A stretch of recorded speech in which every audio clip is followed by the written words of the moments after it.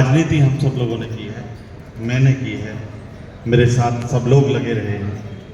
ऐसे हमारे भाई निशांत राणा जी, भाई ऋषिपाल जी, हमारे विनोद जी सिसोदिया, भाई देवेंद्र सिसोदिया जी मेरे सामने बैठे हैं और जिन्होंने बहुत मजबूती से भाजपा का काम किया है और जिनकी हम लोग चर्चा भी नहीं कर पाते, ऐसे भाई जयवीर सिंह सिसोदिया जी, हमारे मंडल के अध्यक्ष भाई नवीन तोमर जी, भाई योगेश सिसोदिया जी, मिट्टू चौहान जी,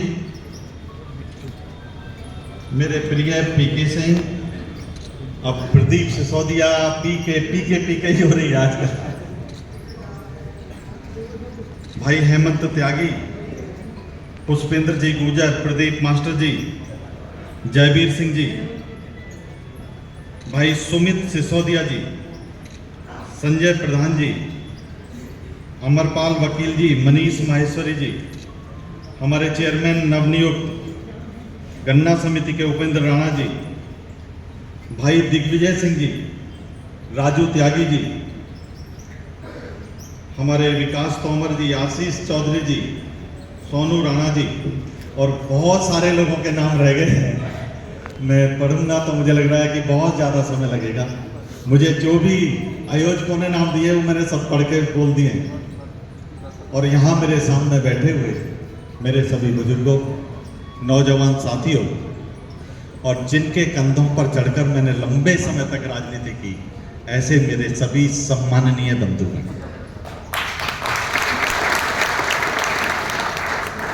मित्रों,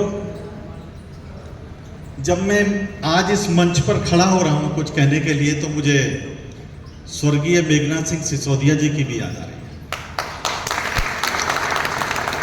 जिन्होंने लंबे समय तक इस क्षेत्र को लीडरशिप दी, नेतृत्व दिया,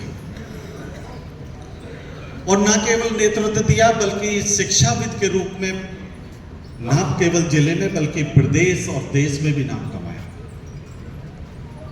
और जब मैं चर्चा कर रहा हूं तो मुझे श्रद्धेय सुखबीर सिंह गहलोत जी की भी याद आ रही है, जिन्होंने मजबूती से इस क्षेत्र का प्रतिनिधित्व किया, क्षेत्र को आगे बढ़ाने का काम किया। और जब मैं बात कर रहा हूं तो मुझे श्रीमान नरेंद्र सिसोदिया जी की भी याद आती है कि उन्होंने भी इस क्षेत्र को प्रतिनिधित्व दिया, चीजों को आगे बढ़ाने का काम किया। गुरुजी रमेश चंद तोमर जी ने भी लंबे समय तक सांसद रहे, लोगों को ऊपर उठाने का काम किया। वर्तमान में भी लीडरशिप लगी हुई है। मैं पूर्व लोगों की बात कर रहा हूं। एक चीज मुझको समझ में आती है कि कोई भी जनप्रतिनिधि रहा हो, हमारे जनप्रतिनिधियों ने कभी भी हमारे क्षेत्र के लोगों के सम्मान और स्वाभिमान के साथ कभी खिलवाड़ नहीं किया। और वो इसलिए नहीं किया कि हम सब लोग इस 84 के लोग न पैसे के भूखे हैं, न कामों के भूखे हैं। हम यदि भूखे हैं तो अपने सम्मान के लिए भूखे हैं और स्वाभिमान के लिए। और इसलिए मैं कह सकता हूं कि आज जब मेरे सामने सब लोग बैठे हैं, अभी भाई निशांत जी कह रहे थे, नरेश तोमर जी कह रहे थे, एक एक व्यक्ति जब खड़ा हो रहा है और मेरे सामने बैठा है, एक मजबूत आधार बना हुआ है, तो सचमुच मुझे बड़ी प्रसन्नता हो रही। जो मैंने पौधे लगाए थे वो आज बड़े वृक्ष बन रहे हैं, फलदार वृक्ष बन रहे हैं। उनमें कोई भी कांटे वाला वृक्ष नहीं है।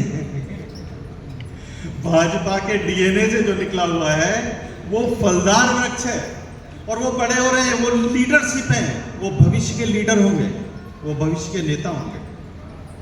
और मित्रों, मैं कहना चाहता हूं कि आज लंबे अंतराल के बीच में जब मुझको यहां पर बुलाने के लिए सब लोगों ने कहा था, तो मैं ये सोच रहा था कि मैं जाऊं ना जाऊं, जाऊं ना जाऊं। और मैं इसलिए सोच रहा था कि मैं 2022 के बाद आया नहीं, तो मुझे लग रहा था कि भाई थोड़ा मुझको कई दिनों से सब लोग प्रयास कर रहे थे, तो मुझे लग रहा था कि जाना चाहिए नहीं जाना चाहिए। लेकिन मैंने सोचा कि भले ही मैं धौलाना से बहुत ज्यादा कनेक्ट नहीं रह पा रहा हूं, लेकिन जिस पोजीशन में भी मैं रहूंगा, मैं धौलाना के लोगों के सम्मान स्वाभिमान के लिए अपनी जान की बात।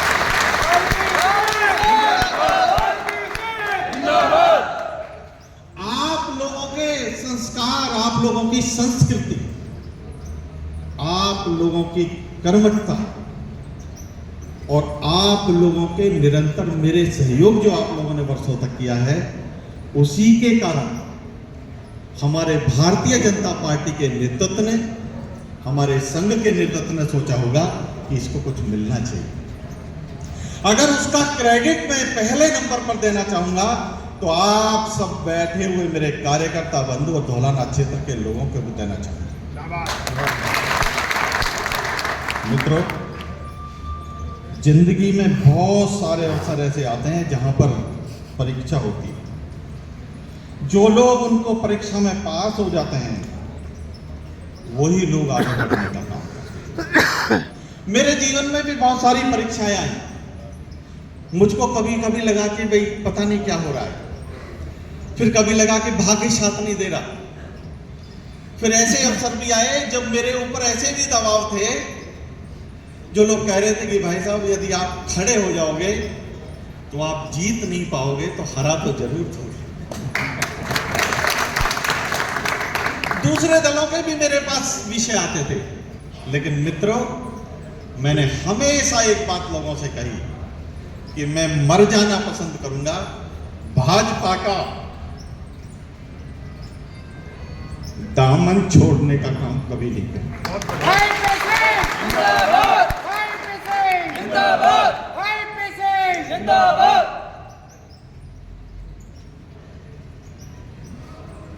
भाजपा मेरे लिए मिशन है।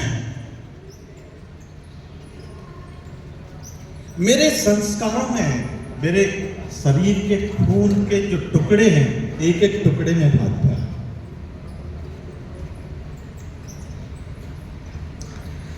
और इसीलिए मैं अपने सभी कार्यकर्ताओं से भी कहना चाहता हूं कि जब हम भारतीय जनता पार्टी के लिए काम कर रहे हैं, तो यदि हम मां की तरह से भारतीय जनता पार्टी का काम करेंगे तो हमारी उन्नति भी होगी, हमारी प्रगति भी होगी और पार्टी भी उभरेगी। ये बहुत ही संवेदनशील पार्टी है। लोगों को लगता है कि किसी की पूछ नहीं हो रही है, कई बार लगता है कि भाई मैंने तो बहुत काम किया है, मेरे बारे में चिंता नहीं हो रही है। हमारी पार्टी का एक एक नेता हर व्यक्ति के बारे में चिंता करता है। और मैं कहना चाहता हूं कि आप सब लोग जो मेरे सामने बैठे हैं, मुझसे तो ज्यादा जिंदगी के जीवन के क्षण कई लोगों ने मेरे सामने बैठे उन्होंने लगाए और आज भी लगे हुए हैं, और जो आज भाजपा की पार्टी की समीक्षा भी नहीं करते, पार्टी को हमेशा ऊपर उठाने के लिए काम करते हैं, क्योंकि उनका एक ही मिशन है कि भारतीय जनता पार्टी ऊपर उठना चाहिए, ऊपर प्रगति होनी चाहिए। उनका कुछ हो रहा है या नहीं हो रहा है, ये कोई बहुत बड़े विषय नहीं है, क्योंकि भारतीय जनता पार्टी यदि ऊपर उठती है, भारतीय जनता पार्टी ने यदि केंद्र में सरकार बनाई, भारतीय जनता पार्टी ने यदि प्रदेश में सरकार बनाई है, तो पूरे प्रदेश के लोग, पूरे देश के लोगों को उसका फायदा मिलता है। जिस राष्ट्रीय एकता और अखंडता के बारे में तरह तरह की चर्चाएं यूपीए गवर्नमेंट में हुआ करती थी, तुष्टीकरण की बात हुआ करती थी, तमाम ऐसे विषयों की बात हुआ करती थी कि लोगों को लगता था कि पता नहीं भारतवर्ष हमारा है भी या नहीं भी। यही स्थिति हमारे उत्तर प्रदेश की थी। चाहे सपा का शासन रहा हो, बसपा का शासन रहा हो, लोगों को लगता था कि यार ये हमारा प्रदेश है भी या नहीं भी है। लेकिन जब से भारतीय जनता पार्टी की सरकार केंद्र में बनी और भारतीय जनता पार्टी की उत्तर प्रदेश में सरकार बनी, तब भारतीय जनता पार्टी की सरकार के कारण लोगों में एक मन रहता है, लोगों का एक हृदय कहता है, कलेजा कहता है कि हमारा उत्तर प्रदेश है, ये हमारा देश है। पिछले लोकसभा के चुनावों में भले ही उत्तर प्रदेश में हमको कम सीटें मिली हो मित्रों, और जब समीक्षा हम लोगों ने करी तो समीक्षा ये निकल कर आई कि हमारे ही लोगों को कहीं ना कहीं कुछ भ्रमित कर दिया। भ्रम के कारण लोग या तो निष्क्रिय घर पर बैठे रहे या हमारे विरोध में वोट करा दिए। कोई सोच सकता है हम सब लोग जो आज भारतीय जनता पार्टी के बैठे हैं, आज भारतीय जनता पार्टी के हम सब लोग बैठे हैं, हम लोग वर्षों से सोचते थे कि इस देश में धारा 370 जम्मू कश्मीर की हटेगी या नहीं हटेगी। कोई कहता था कि रक्त रंजित जम्मू कश्मीर हो जाएगा यदि धारा 370 के बारे में चर्चा भी की गई। लेकिन इस भारतीय जनता पार्टी के महान नेतृत्व ने न केवल धारा 370 जम्मू कश्मीर से हटाई, एक खून का कतरा भी नहीं बहा और चुनाव भी जम्मू कश्मीर में हो गए। जम्मू कश्मीर देश का एक अभिन्न अंग होकर आगे बढ़ रहा है, आगे बढ़ रहा है। लोग कहा करते थे, हम भी सोचते थे कि भगवान श्री राम का मंदिर बनेगा या नहीं बनेगा। कई बार लोग हम पर आक्षेप लगाते थे कि भारतीय जनता पार्टी के जब चुनाव होते हैं तो भारतीय जनता पार्टी के लोगों को भगवान श्री राम के मंदिर की याद आती है। देश की जनता यह सोचती थी कि ये हम अपनी आंखों के सामने भगवान श्री राम का मंदिर नहीं देख सकते।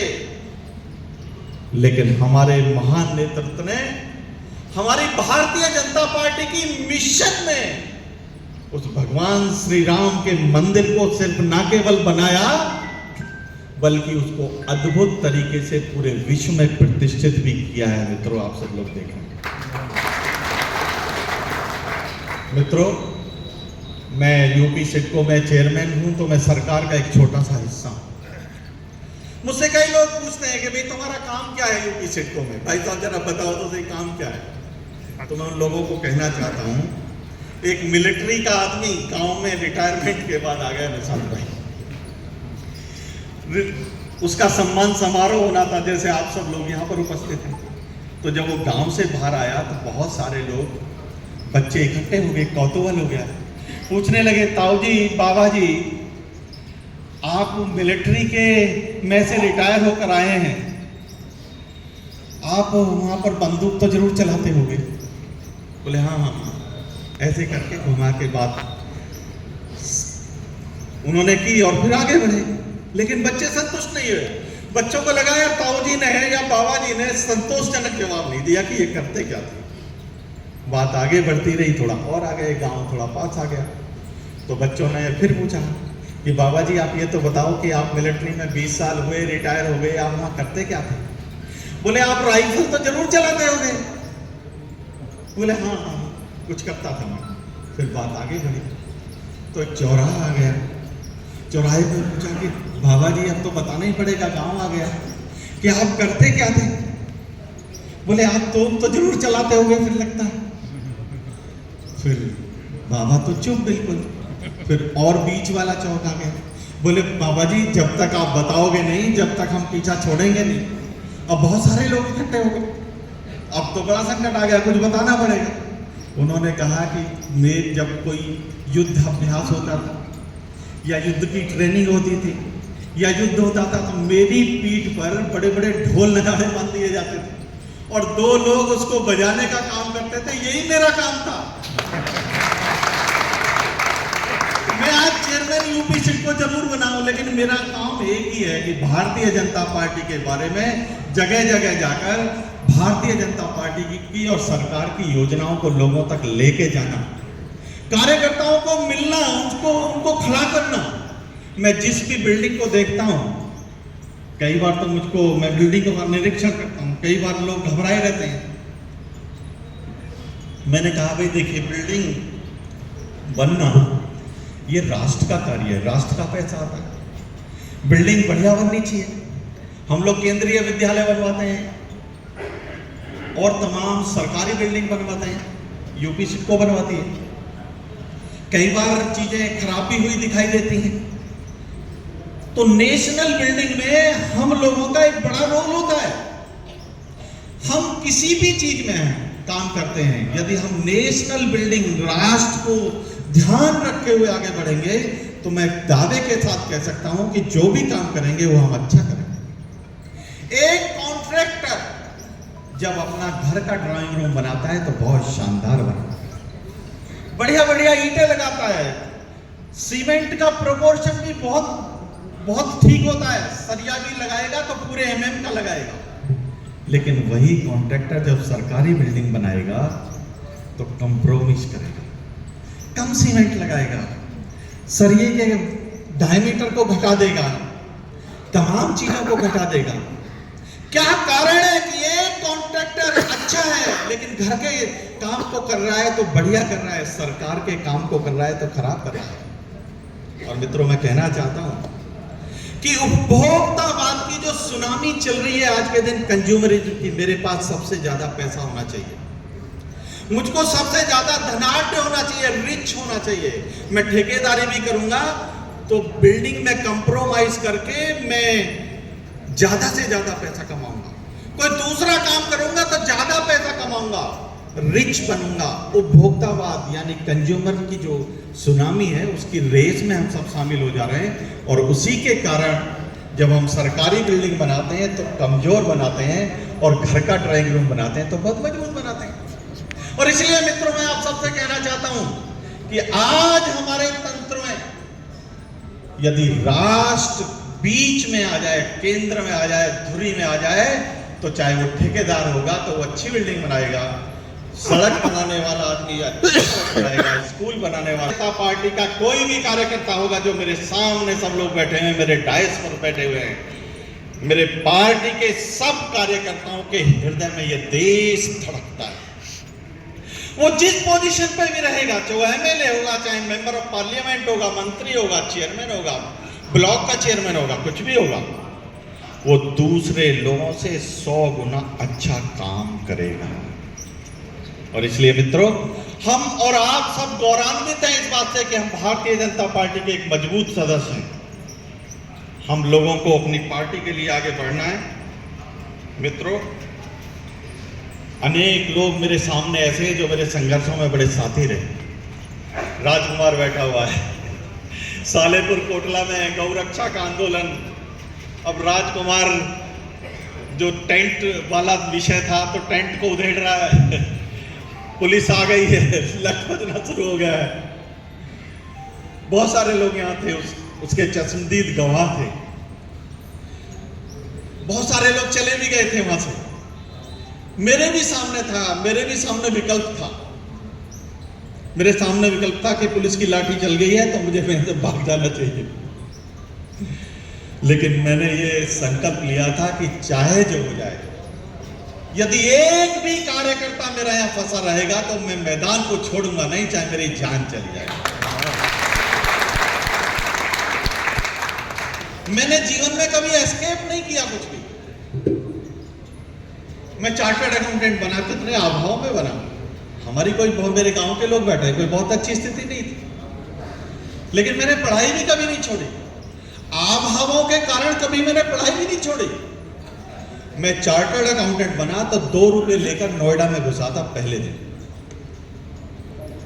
नेकर बनियान पैंट शर्ट मेरे पास थी, ये मेरी पूंजी थी। जब मैं 93 में नोएडा में चार्टर्ड अकाउंटेंट बनने के बाद घुसा, छोटा सा ऑफिस लिया, मेहनत की, परिश्रम किया, मैं 15 घंटे लगता था। मैं एक रास्ते से गुजरता था, बहुत सारे दिन गुजर गए, 3 महीने गुजर गए, 4 महीने गुजर गए, कोई क्लाइंट नहीं आया, तो मैं एक रास्ते से गुजरता था अपने ऑफिस में जाने के लिए। अट्टा मार्केट में गया तो वहां पर एक दुकान थी, दुकान के ऊपर लिखा हुआ था Baburam trading company, proprietor Baburam Chauhan. मैंने सोचा यार, व्यापारियों का शहर है, हमारे वर्ग के लोगों के कोई बहुत बिजनेस नहीं है, तो मैंने सोचा मैंने यार बाबूराम से दोस्ती करनी चाहिए। मैं उसमें घुस गया, उसके साथ चाय पी, 1 बार पी, 2 बार पी, 3 बार पी, फिर मैंने 4थी बार में कहा यार देखो चौहान साहब, मैं बादशाहपुर का रहने वाला हूँ, हमारे बीच में कोई यहाँ पर व्यापारी तो जानकार है नहीं, लेकिन यार तुम कुछ हमको काम दे दो, तुम्हारे ढोलक की बिगड़ी के बंडल की यहाँ पर ट्रेडिंग कंपनी है। उसने मुझको पहला काम दिया 250 रुपए का सेल्स टैक्स के रजिस्ट्रेशन की। और मित्रों, मैं कह सकता हूं कि उस एक काम से मैं आगे बढ़ा, मेहनत की, और 96 के आते आते मैं नोएडा का सबसे बड़ा चार्टर्ड अकाउंटेंट था, सबसे। 23 लोग मेरे पास थे, कंप्यूटराइज ऑफिस था, 300 मीटर की कोठी में मेरा ऑफिस था, और एलजी जैसी कंपनी से निशांत भाई इंटरनेशनल टैक्सेशन के मामले में 13 लाख रुपए सिंगल हियरिंग के मैंने खूब लिए हैं। 96 में लिए हैं 13 लाख रुपए, खूब पैसा खर्चा। लेकिन मेरे कलेजे में कहीं ना कहीं मैं खूब धनाढ्य था, खूब प्रैक्टिस चलती थी, अच्छा कमाता था, बड़ी बड़ी गाड़ियां थी, सब चीजें बढ़िया थी। लेकिन कहते हैं ना कि बैलेंसिंग जो होती है वो भी जरूरी होती है। मेरे 2 बेटे थे, एक बड़ा बेटा था, उसको कैंसर हो गया, वो चला गया, बहुत दिनों तक हॉस्पिटल रहा।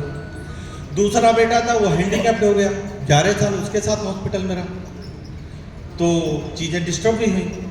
फिर राजनीति का बोझ थोड़ा सवार हो गया। माननीय राजनाथ सिंह जी की जो साली हैं मीनाक्षी जी, उनकी शादी अरुण सिंह से हो गई, जो राष्ट्रीय महामंत्री हैं। हम दोनों रूममेट थे, हमको भी लगा कि यार कुछ राजनीति में हाथ आजमाने चाहिए। मैं माननीय शिवराज जी के साथ में राष्ट्रीय टीम में हो गया, जो अभी कृषि मंत्री हैं। फिर जी किशन रेड्डी जी के साथ में नेशनल टीम में पदाधिकारी हो गया। धर्मेंद्र प्रधान जी जो अभी मंत्री हैं, उनके साथ मैंने लंबे समय तक काम किया। फिर मुझको किसी ने कहा, देखो टर्न कैसे लेता है मैं राष्ट्रीय स्तर पर काम करता था, सब लोगों से अच्छे संबंध थे, बहुत अच्छे संबंध थे। माननीय प्रधानमंत्री जी उस समय अटल बिहारी वाजपेयी जी थे, हमारी कितनी बार बात होती थी, पार्टी में पहली बार हम लोगों को सत्ता देखी थी। प्रमोद महाजन जी उस समय बड़ा हीरो थे, मेरे घंटों बैठने के उनसे संबंध थे। लेकिन किसी ने कहा कि तुम ऐसा करो, धौलाला विधानसभा में सिसोदिया जी लोकदल में चले गए, तो यहाँ पर ये मोदी नगर लोक विधानसभा की जो सीट है ये खाली हो जाएगी, क्योंकि पार्टी तो टिकट दोबारा देगी नहीं। तो तुम यहाँ लगोगे तो मैं यहाँ पर एज ए पार्टी का कैंडिडेट हो सकता हूँ। अब मैं यहाँ पर जिला महामंत्री बन गया। अब मैं नोएडा से रोज सुबह 10 बजे निकलता, यहाँ पर आता, आपके बीच में दिन भर काम करता, फिर शाम को चला जाता। ऐसा करते करते करते करते एक लंबा अंतराल निकला। 2007-06 में गौरक्षा आंदोलन हुआ। कितने संघर्ष आप लोगों ने मेरे साथ किए, कितनी पीड़ाएं आप लोगों ने मेरे साथ झेली। सच में मैं आपको वंदन करता हूँ, नमन करता हूँ, आपके पैर छूकर आपका स्वागत करता हूँ।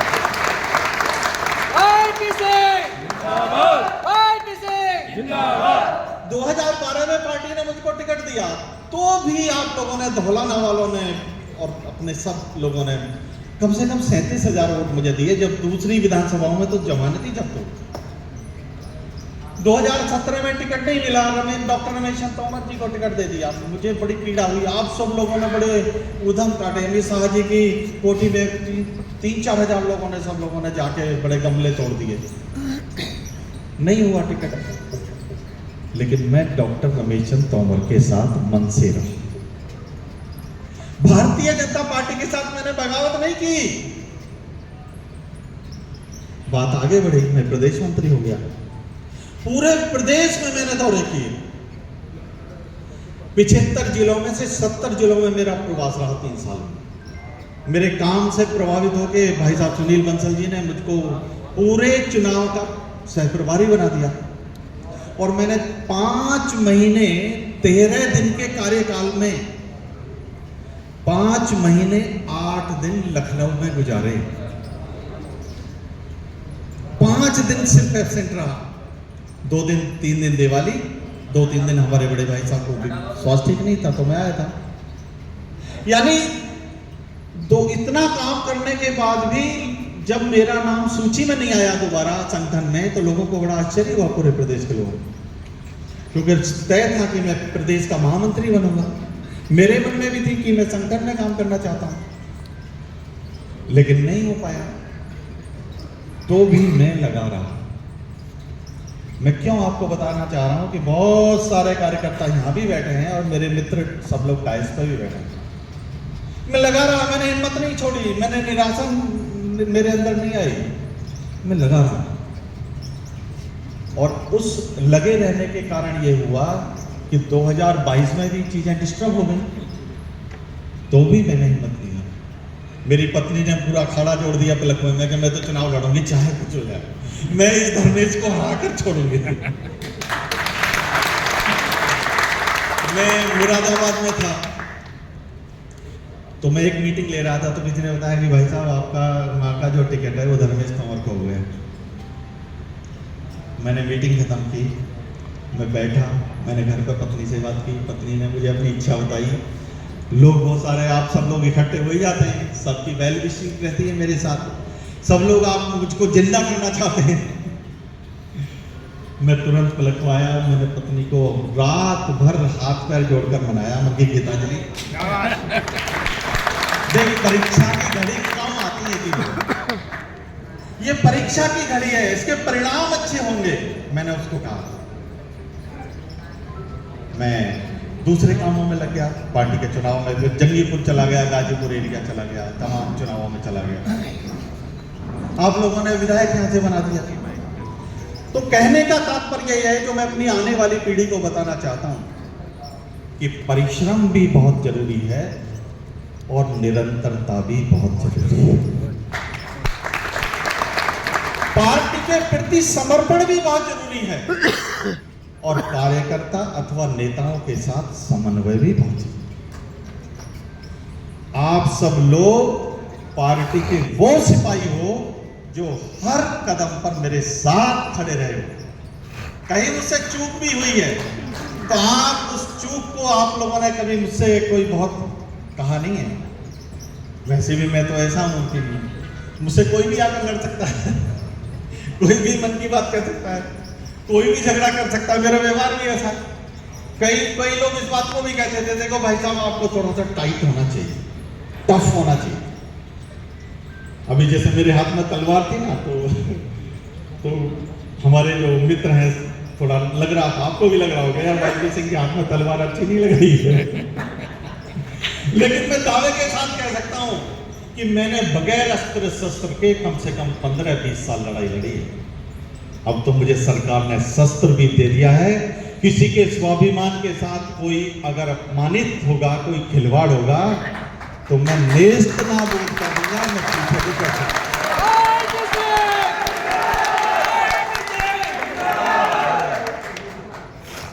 अगली पीढ़ी हमारी यहाँ बहुत तैयार बैठी है। अभी निशांत भाई कह रहे थे कि जब वाईपी सिंह जी का नाम ही सुनते थे, मैं भी देखता था कि श्रीमान नरेंद्र सिसोदिया जी थे तो वो पार्टी छोड़ के चले गए थे, डॉक्टर रमेश चंद्र तोमर जी थे तो वो भी चले गए।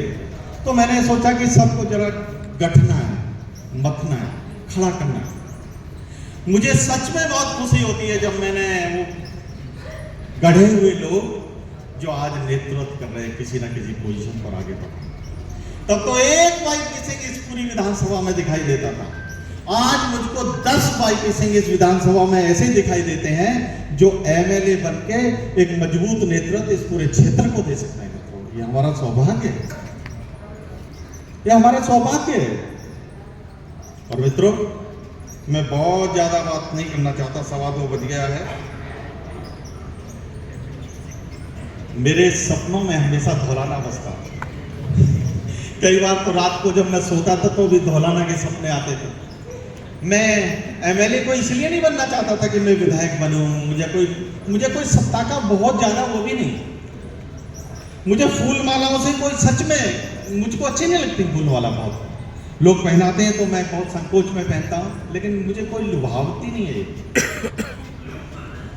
मेरा जब डिक्लेरेशन हुआ तो लोगों ने कहा, अरे भाई साहब तो 5-6-10 पुलिस घर पे रखनी चाहिए, ये होना चाहिए, वो होना चाहिए, 3-4-5 गाड़ी साथ होनी चाहिए। मन की यार, ये वाईपी सिंह है, इसने पूरे जीवन संगठन और विनम्रता के साथ काम किया है। मैं आगे भी इसी चीज को लेकर आगे बढ़ने का काम करूंगा। मैं सब लोगों से कहना चाहता हूं कि जरा आगे बढ़ के विनम्रता और सरलता से लोगों को सेवा देने का हम लोग काम करें। आकर राजनीति कराई है वो और अच्छे होते चले जाएं, ऐसी मेरी शुभकामनाएं हैं। मैं पुनः एक बार अपने आयोजक मंडल, अपने पार्टी के पदाधिकारियों का और आप सब लोगों का बहुत आभारी हूँ कि इतनी लंबी बात मेरी आप लोगों ने सुनी है। आप सबका बहुत बहुत धन्यवाद, आभार। जय हिंद, जय भारत।